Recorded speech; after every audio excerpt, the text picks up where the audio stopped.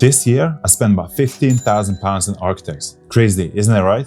But trust me, it's been one of the best investments in a property project so far. In this video, I'm going to share with you why it's important to invest in an architect when doing the renovations and why saving on an architect can cost you more money in the long run. Hey, I'm Daniil, and behind the camera is my wife Greta, and together we're the Vnoutchkovs. Together we set the goal this year to buy 3 large properties, renovate them to create passive income out of it.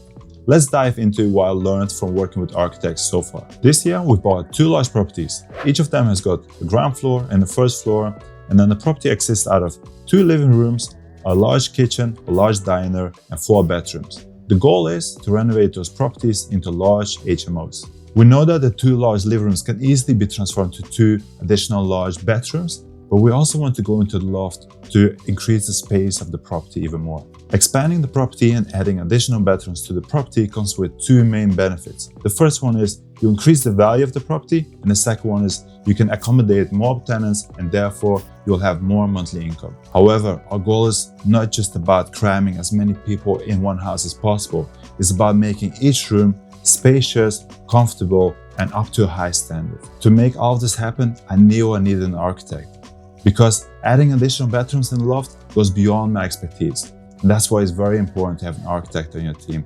especially when you work on large and complex projects like HMOs.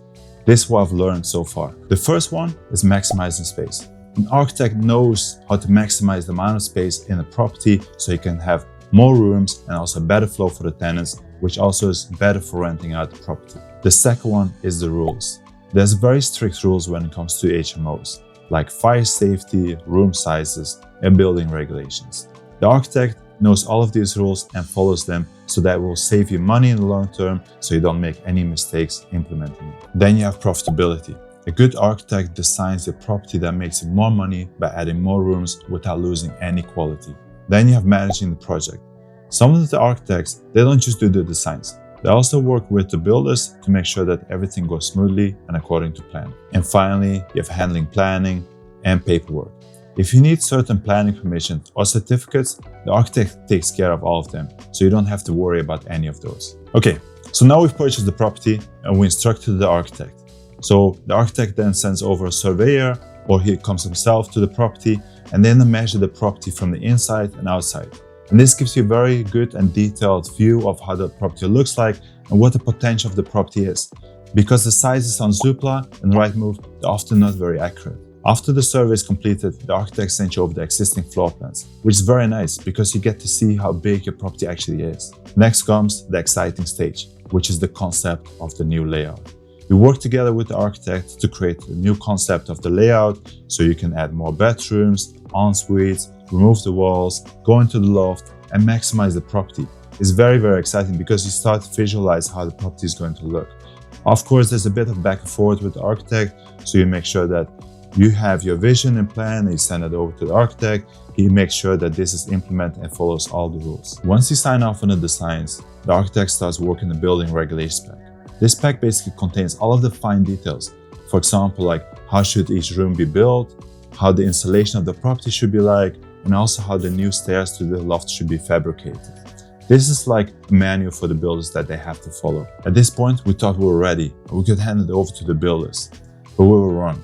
Because we're removing walls, chimneys, and also going to the loft, we're making big structural changes. So we had to hire a structural engineer. This is another person that you have to hire, which also comes with additional costs for your projects. The structural engineer calculates if you need steel beams to support your new layout, especially when you go into the loft or when you start removing chimneys. You won't have that much interaction with structural engineer. All you have to do is instruct them and make the payment. But this is a very crucial part of your project, because in the end, you don't want your property to collapse. As you can see, converting a 4-bedroom house to a 9-bed HMO involves multiple parties, which easily adds up to your cost. So how much can you expect to spend? So for the architects, we spend anywhere between $4,500 to $7,500, depending on the architect that you work with. When it comes to structural engineer, we spend $750 on one property and $850 on another one. And this has to do with one property being more complex than the other one, so it's a slightly variation in cost. As you can see, this is a very costly part of your renovation project, but you have to consider those costs because they can quickly add on to your total cost. When we first looked for an architect, We found one that had a lot of HMO experience within the area that we want to purchase property. However, we didn't really click with them because the communication was not too great. Secondly, we knew more about the planning rules in the area than they did. And thirdly, they made the process sound even harder than it actually is. So we decided not to work with them. So how do you find yourself a good architect? The first one is the planning portal. This one is a very nice one because you can go to the planning portal of the local council. You can then go to the street or the area they invested your property you're planning to invest, and then you can see all of the planning applications that have been submitted and even approved. You go to the planning application and see who the architect is. Those architects, they have already studied the rules in that area, so you can reach out to them and work with them. Secondly, is talk to other developers. Obviously, developers, they talk with a lot of architects so they know which ones are good, which ones are bad. And when you ask them which one they would recommend, they would more than happily recommend you a good architect to work for your project. And then finally, the most obvious one is Google. You can go to Google to find some architects, but you might find some architects that don't have the speciality in the type of work that you're after, and that can be a waste of your time. One important lesson is, don't share your property details until you secured the sale. This is because some of the architects, they can be developers themselves, and this is what we experienced. We shared once the property details before we secured the sale. The developer then tried to snatch the property off us. However, we still managed to get a property, so it's all good. But it's a very important lesson that we learned. From our experience, the first architect that we worked with, we found them on the planning portal. This was very important for us because we want to make sure that the architect knew all of the regulations in the area of our investment. For the second property, we worked with a different architect. This architect was recommended to us by our mentor. The reason why we want to try a different architect is because we want to see their way of working and also want to compare the two architects against each other. So far, both of the architects have been amazing and we really enjoy working with both of them. However, one of the architects was just a bit faster with responding, had a bit more knowledge with larger scale HMOs, and also had a quicker turnaround time. This is quite important for us because we want to have as little delay as possible when working on a project.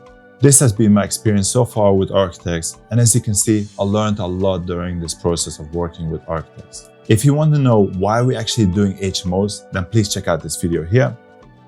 And if you need any good recommendations for architects, please leave a comment below and I'll share the details. I hope that you found this video helpful. Thank you so much for watching, and I'll see you in the next one.